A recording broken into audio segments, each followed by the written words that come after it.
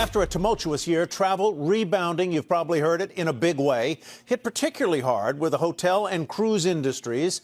As the vaccination rate increases and pent-up demand turns into bookings, is this going to clear the path to recovery and smoother sailing? Let's turn to Hyatt Hotels CEO Mark Hoplamazian and Arnold Donald. He is the CEO of Carnival Corporation. They'll be interviewed by CNBC Global Markets reporter and our travel and hospitality specialist, Seema Mody. Hi, Seema. Hi, Tyler. Thank you. Arnold and Mark, a pleasure to have you on today. Thank you for joining us. And it is a great day to talk travel. Arnold, I'll start with you. There is so much anticipation around the return of cruising. Your first Carnival ship from a U.S. port set to sail in early July after 15 months of no sailing.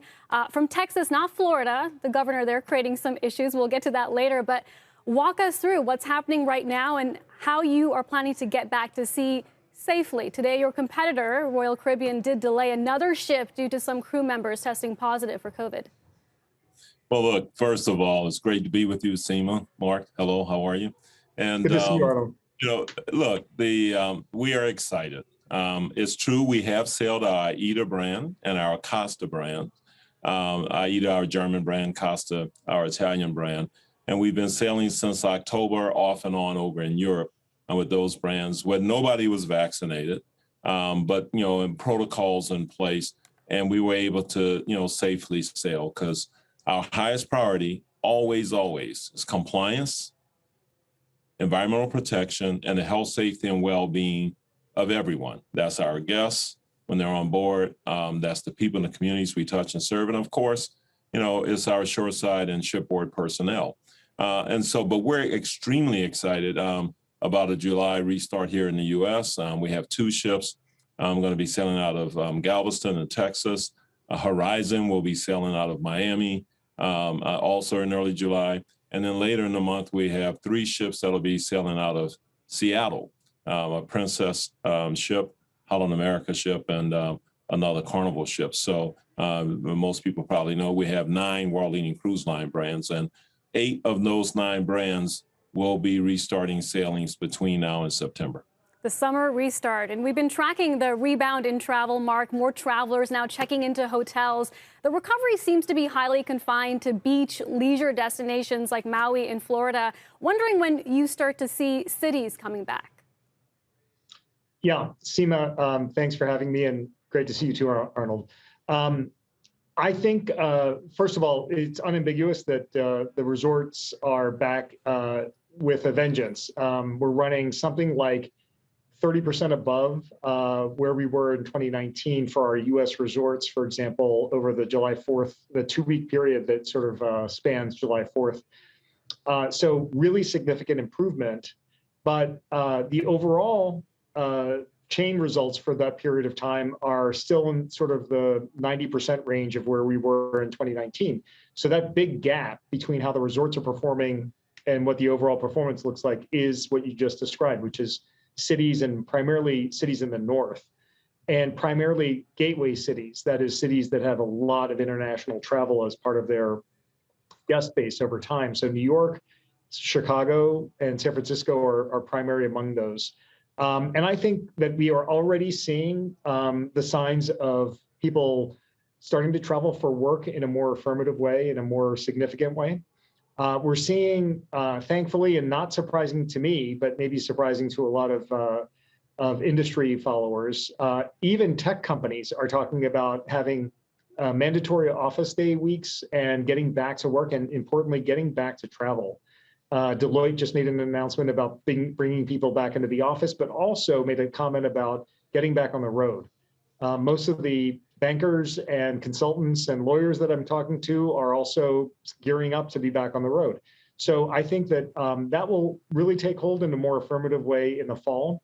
Part of that is because this is typically a weaker time for business travel every year, but also we are not back to the point where there's more of an equilibrium with people having kids back in school and therefore freeing up their time and capacity for travel. Well, that's encouraging, Mark. I mean, I don't need to tell you, 2020 was the worst year ever for U.S. hotels. I think it was 1 billion unsold room nights for the first time in history. I'm wondering, as you reflect on your experience leading Hyatt through that storm, What was the toughest decision you had to make?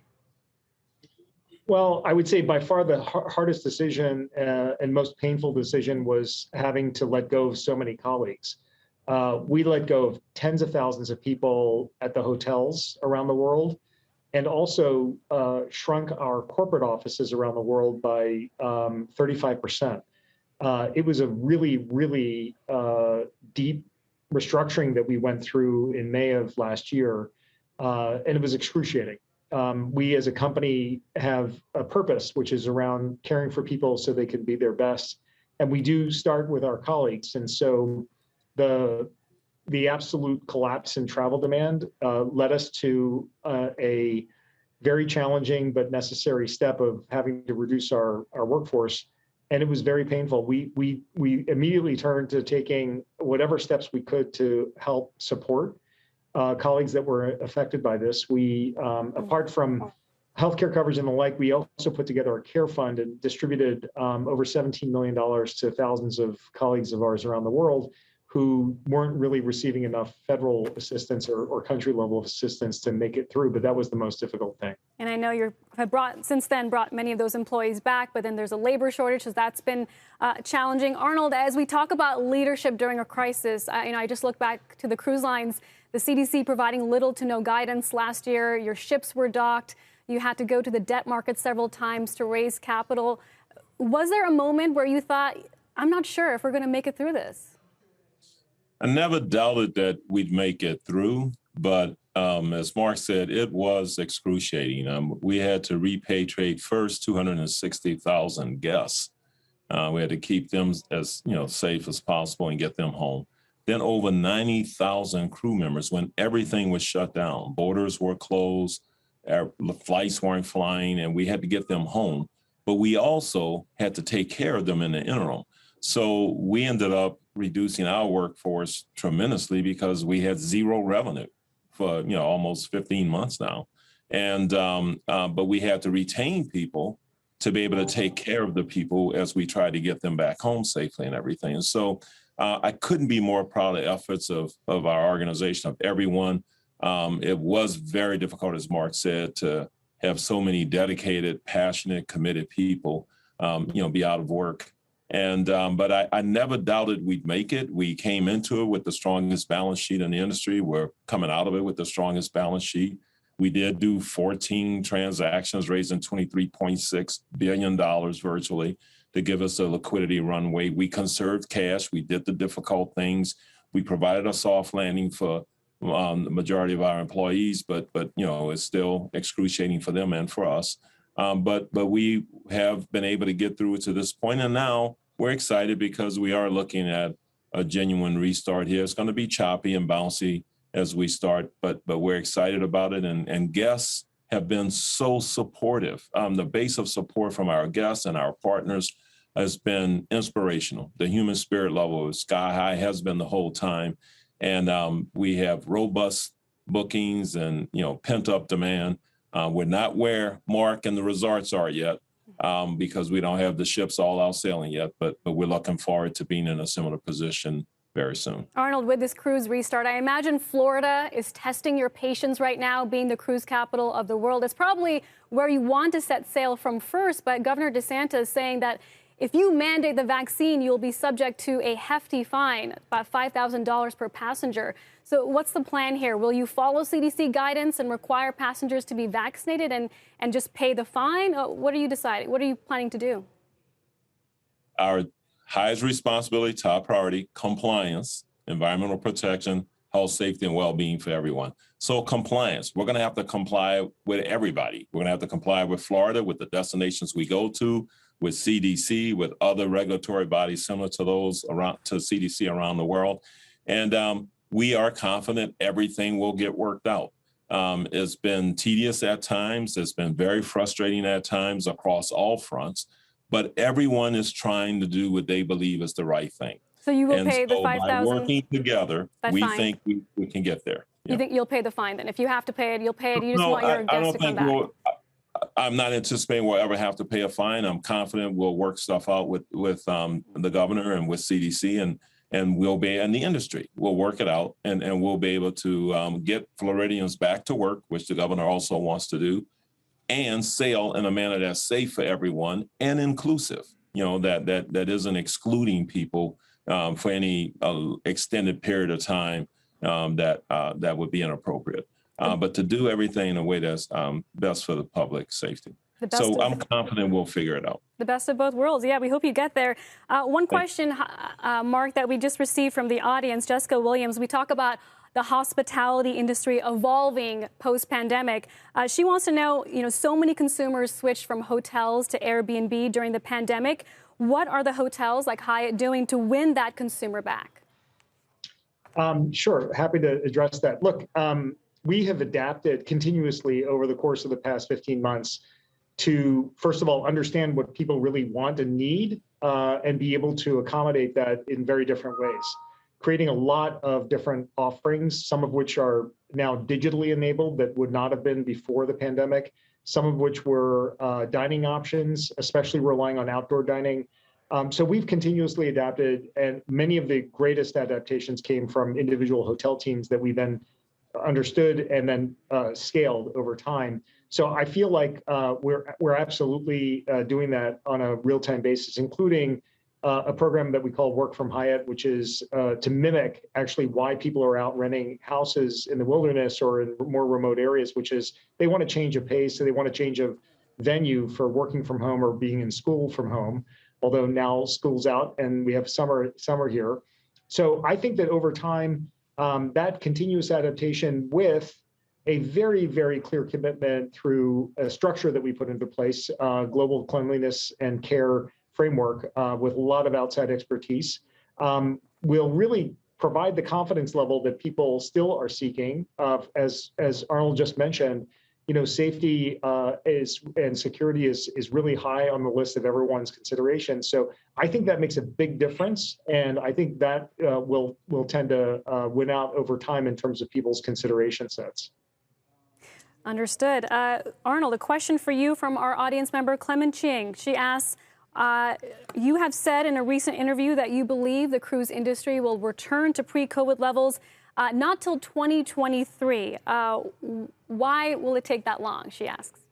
Okay. It'll take some time, and we may be able to get there before 23, but unlikely because we exited 19 ships during the pause. So we accelerated the exit of less efficient vessels in the fleet as part of our cash management that we had to do. So once we start, we're going to be starting potentially with a smaller fleet than we intended, and the startup is staggered. So we're talking about restarting, but all 80-something plus ships in our fleet aren't starting at once. We just have a few ships starting. It's going to take us a while to ramp up, maybe even all the way until next spring. And then we have new ships coming later in 22 and again in 23.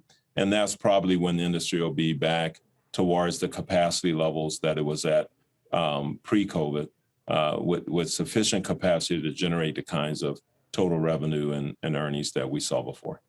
Arnold, Mark was just talking about how the the hotel experience is evolving post-pandemic. How do you think the cruise experience will evolve or change, whether it's shorter sailings, new destinations, ESG? Your thoughts there? Well, ESG has been a continuous priority for the cruise industry and hopefully for everybody on the planet.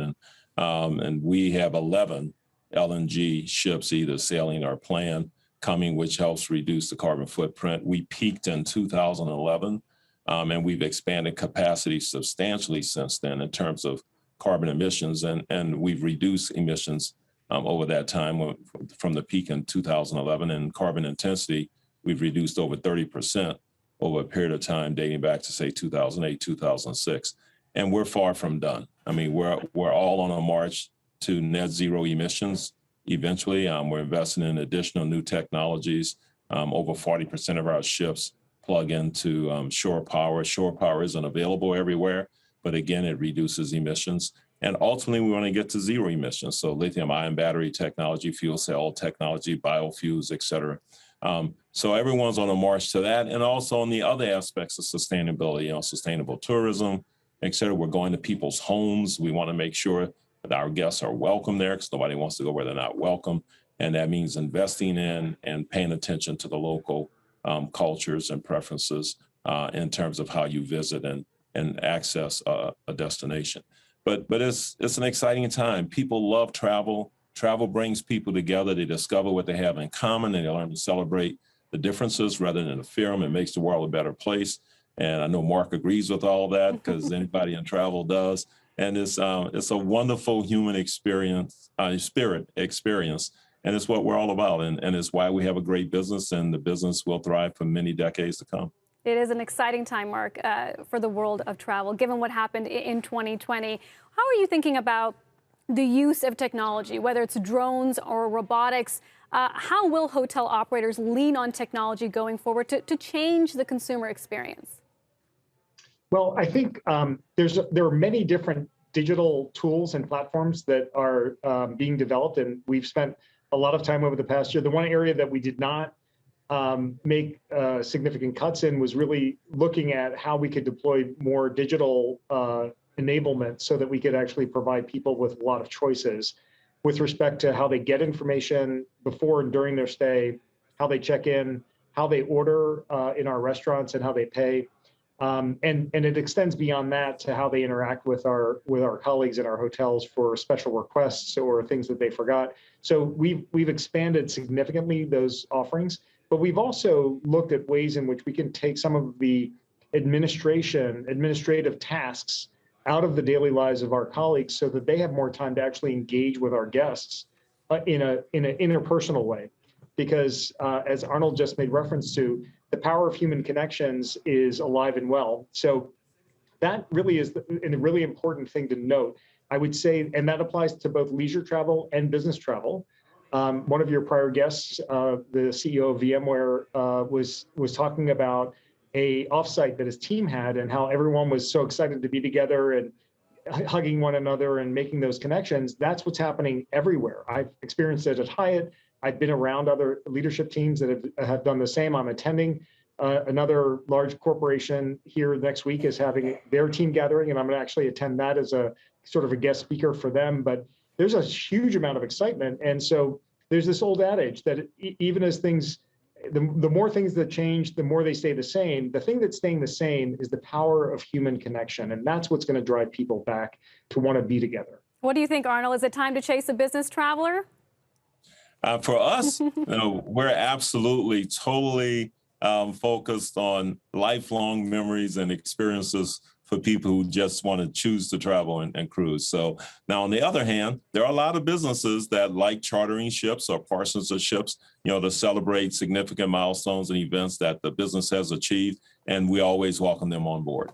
Well, we look forward to getting back on a cruise ship very soon here. Arnold, thank you for joining us. Mark, a pleasure to have both of you on today to talk about the state of the travel industry and how it's being disrupted and what it will look like in the future.